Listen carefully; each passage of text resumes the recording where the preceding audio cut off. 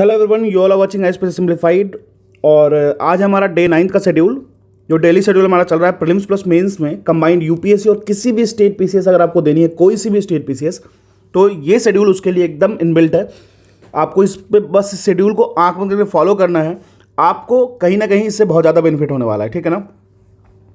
अगर आप मेरे टेलीग्राम चैनल से जुड़ना चाहते हैं तो जुड़ जाइए आईएएस सिंप्लीफाइड पे। और आज के शेड्यूल हम लोग स्टार्ट करते हैं विदाउट एनी डिले, ठीक है।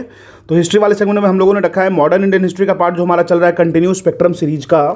उसमें हम लोगों ने रखा है first world war and national response. ये चैप्टर नंबर 14 है स्पेक्ट्रम का, ठीक है ना। कौन सा? First world war and national response वाले चैप्टर को हम लोगों ने आज रखा है, ठीक है। इसमें क्या क्या इंक्लूड होगा तो आपको पता ही है। फर्स्ट वर्ल्ड वॉर के वक्त में home rule league movement start हुआ था, ठीक है। उसके बाद लखनऊ सेशन सबसे जो इंपॉर्टेंट सेशन है इन कॉन्टेक्स्ट ऑफ बिहार, ठीक है, जहाँ पर राजकुमार शुक्ला जी गए थे और गांधी जी को परसुएट किए थे टू कम टू बिहार। अगर देखा जाए तो चंपारण सत्याग्रह से ही गांधी जी का पूरा इन्फ्लुएंस स्टार्ट हुआ था हमारे इंडिया में। तो आप इस बात को कंसिडर कर सकते हो कि that was a turning point for Mahatma Gandhi, ठीक है ना।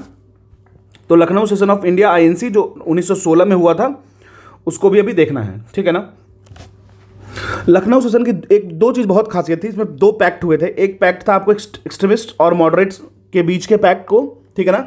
जो सूरत स्प्लिट 1907 में जो अलग हो गए थे ना, जो एक्सट्रीमिस्ट और मॉडरेट्स जो थे वो जो अलग हो गए थे, उनका मिलना लखनऊ पैक्ट में हुआ था। एंड मुस्लिम लीग का कांग्रेस के साथ फ्रेंडली रिलेशन डेवलप करना, ठीक है ना। आपको पता है क्यों? क्योंकि खलीफा वाला जो केस था, ठीक है ना।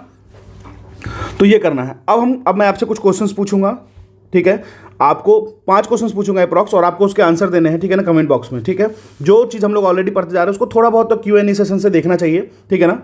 चलिए, पहला क्वेश्चन मैं आपसे पूछूंगा कि इंडिया में सबसे पहला जो आया ना प्रेस पे कंट्रोल करने का रूल, जो कानून आया, भारत का प्रथम प्रेस नियंत्रण कानून किनके द्वारा लाया गया, ये आपको बताना है, ठीक है ना। और एक चीज़ और बता दीजिए, सेकेंड क्वेश्चन, कि liberator of the Indian press act किसको कहा जाता है, ठीक है ना। Who was known as the liberator of Indian press. I know ये क्वेश्चन आसान है, लेकिन ये क्वेश्चन इंपॉर्टेंट है, ठीक है ना। अब तीसरा क्वेश्चन है, वर्नाकुलर प्रेस एक्ट किसके द्वारा लाया गया था और किसके द्वारा रिमूव किया गया था। वर्नाकुलर प्रेस एक्ट किसके द्वारा लाया गया था और किसके द्वारा इसको हटाया गया था, दोनों काफ़ी इंपॉर्टेंट है, ठीक है ना। चलिए, और एक दो क्वेश्चंस देख लेते हैं। 3 क्वेश्चन हुए हैं। क्वेश्चन नंबर 4 ये है, एक कमीशन आया था। कौन सा कमीशन? तो टील कमीशन।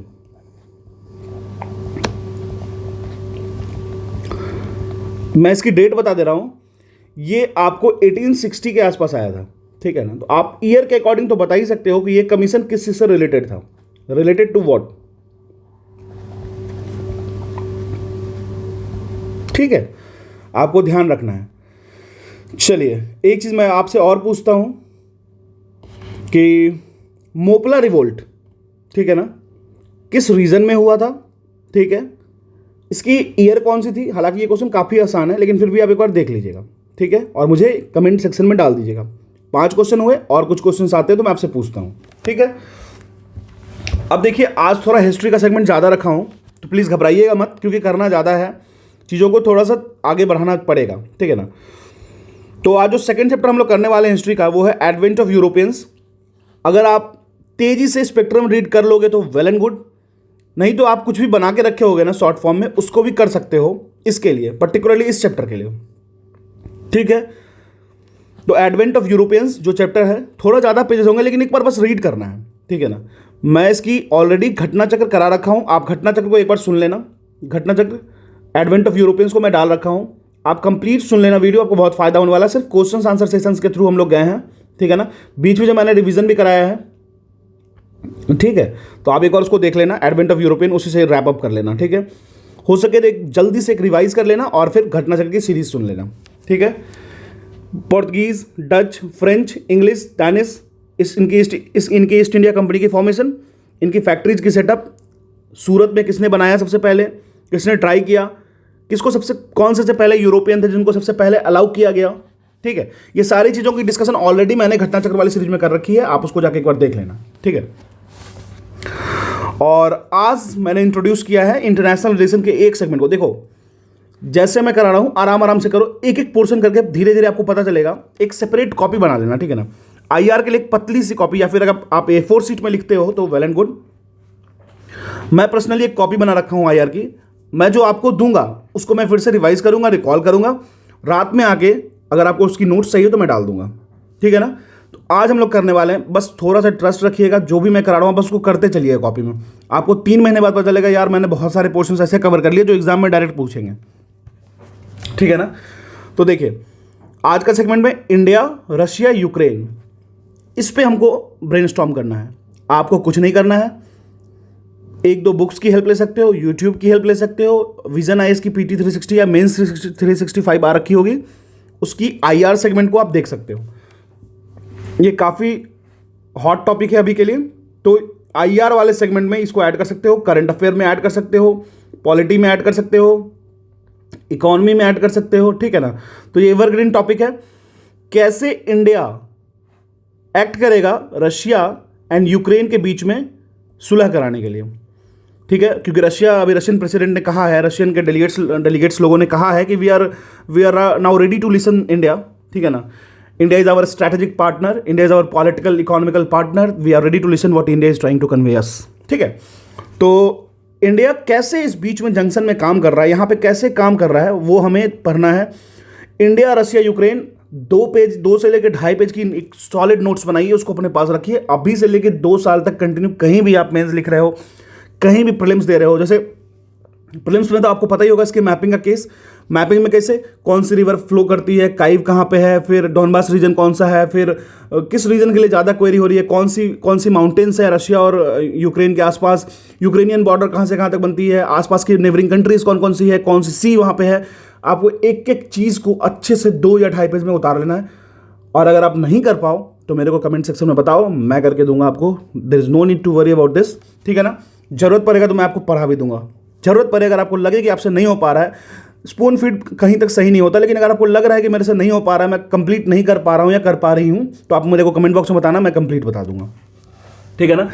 इसी के अगले सेगमेंट को, मैपिंग को हम लोगों ने रखा है रशिया एंड यूक्रेन रीजन वाले को। अभी एकदम कुछ नहीं करना, इसको करना है। ये 2 से 2.5 पेज आधे घंटे में आपका हो जाएगा, लेकिन आधे घंटे में तैयार होगा ना आपका एकदम सॉलिड कंटेंट तैयार होगा, ठीक है। उसके बाद आज मैंने इंट्रोड्यूस किया है एक साइंस एंड टेक के पोर्शन को, 5G टेक्नोलॉजी। देखिए आप इस दोनों टॉपिक को उठाना अभी से लेकर के लगभग 3 साल तक, किसी भी कोई भी एग्जाम हो उसमें उठाना। मेंस में कहीं ना कहीं आपको देखने को मिल जाएगा, प्रीलिम्स में देखने को मिल जाएगा, तो आप आराम से करते चलो, ठीक है। बस फेथ रखो। तो साइंस एंड टेक वाले पोर्शन को करना है, उसमें 5G टेक्नोलॉजी करना है। ये दोनों पोर्शन मैं करा दूंगा, अगर आपको जरूरत पड़ेगा तो। रिस्पेक्टिव आप पहले कोशिश करो, रात के 8-9 बजे तक आप मेरे को मैसेज कर सकते हो कमेंट बॉक्स में।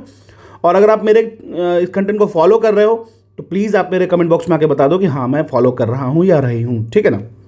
हालांकि मुझे इतना भरोसा है, कुछ लोग इंगेज्ड हैं इससे, और मुझे काफ़ी अच्छा लगता है। मैं मतलब संडे को भी बिजी रहा इस चीज़ को लेकर के, तो काफ़ी देखिए एक पॉजिटिव डायरेक्शन मिलना चाहिए लाइफ में। ऐसा नहीं हो कि हम लोग एक सर्कल बना ले और कहीं भी किसी डायरेक्शन में मूव कर ले, ठीक है ना। हमारा एक डायरेक्शन होना चाहिए जो एक तरफ ओरिएंटेड हो, और काफ़ी अच्छा होता है, ठीक है। फिर हम लोग आज मैंने ज्योग्राफी सेक्शन को डंप किया है, क्योंकि उसकी जगह पर मैंने ये आईआर वाले सेगमेंट को और साइंस एंड टेक वाले सेगमेंट को डाल दिया है, ठीक है ना। उसके बाद डेली करंट अफेयर सेगमेंट जो हम लोग कर रहे हैं, ठीक है ना, उसमें एडिटोरियल प्लस करंट अफेयर जो हम लोगों ने द हिंदू और इंडियन एक्सप्रेस से की है, ठीक है। आज का कंटेंट थोड़ा सा ज़्यादा है, इसीलिए मैं बहुत ज़्यादा चीज़ डाल नहीं रहा हूँ, नहीं तो सीसेट की भी एक पोर्शन को डालता, ठीक है।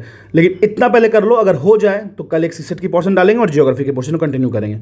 साइंस एंड टेक आईआर इसी तरीके से चलेगा, बीच में कहीं भी कोई दिक्कत नहीं आएगा। आप देखो बीच में मैं इंसर्ट करके मैं इसकी पूरी की पूरी प्लान बना रखा हूँ 3 महीने की, ठीक है ना। तो आपको घबराना बिल्कुल भी नहीं है, मैं बीच में इंसर्ट करूँगा, जो भी जरूरत पड़ेगा, रिक्वायरमेंट होगा वो मैं डालते चलूँगा, ठीक है ना। एक चीज़ और, जो science and tech and IR की एक कॉपी में आधा आधा बांट लो, कोई दिक्कत नहीं है। 300 पेजेस की कॉपी लेना स्पाइरल वाली, या फिर अगर आप A4 शीट पर लिखते हो, एक नोट्स जरूर तैयार करना, दोनों की सीट को अलग अलग करके फोल्डर बना के रख लेना, और जुड़े रहिए। मेरा इतना पूरा भरोसा है कि आप जुड़े रहिए। अगर आपको फ़ायदा नहीं होगा तो फिर आप बताइएगा, ठीक है ना। We will work on that also, ठीक है। तो ये रहा हमारा आज का शेड्यूल, अच्छे से फॉलो कीजिए, ट्रस्ट कीजिए, और मुझे एटलीस्ट कमेंट सेक्शन में ये जरूर बताइए कि how you are getting benefit from this things, ठीक है ना। Thank you.